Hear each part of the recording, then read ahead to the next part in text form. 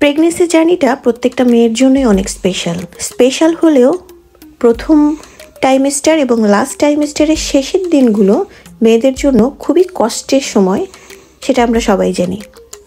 কিন্তু এই সময় কিন্তু প্রচুর ক্রেভিং হয়। আমারও মিষ্টি খাওয়ার প্রচণ্ড ক্রেভিং ছিল, যেহেতু আমার থার্ড টাইমেস্টার চলছিল এবং আমি খুবই অসুস্থ ছিলাম।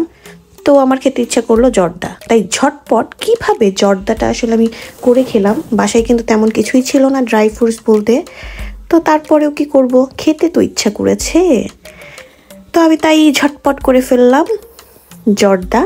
আমি আজকে আপনাদের দেখাবো যে কিভাবে খুবই কম সময়ে আপনারা কিভাবে ইনস্ট্যান্ট জর্দা রান্না করে খেতে পারবেন, আপনাদের ক্রেভিংটাকে মেটাতে পারবেন।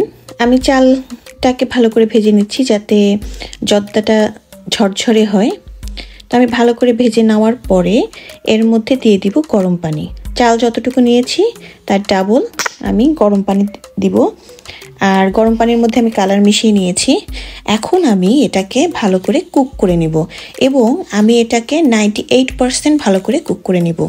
দিয়ে দিলাম এর মধ্যে কিছু কমলার খোসা যাতে গুড স্মেল হয়। এখন আমি সিদ্ধ হওয়ার জন্য অপেক্ষা করছি। তো আমার এটা যখন 98% সিদ্ধ হয়ে যাবে তখন আমি এর মধ্যে দিয়ে দিব হচ্ছে চিনি। আমি যেহেতু 1 কাপ চাল নিয়েছি, তো আমি এর মধ্যে মোটামুটি 1 কাপের একটু কম দিব, কারণ আমি মিষ্টি খুব বেশি একটা পছন্দ, মানে খুব বেশি মিষ্টি পছন্দ করছি না। মিষ্টি পছন্দ করছি বাট খুব বেশি মিষ্টি পছন্দ করছি না। আপনারা চাইলে কম বেশি করতে পারবেন, এটা কোনো সমস্যা নাই। আর দিয়ে দিলাম স্বাদ বাড়ানোর জন্য গুঁড়া দুধ। এখন আমি এটাকে ভালো করে নাড়াচাড়া করব বেশ কিছুক্ষণ। তো যাই হোক, আমার রেডি হয়ে গেছে। আমার বাচ্চা খুবই মজা করে খাচ্ছে। তো আজকের ভিডিওটা এই পর্যন্তই।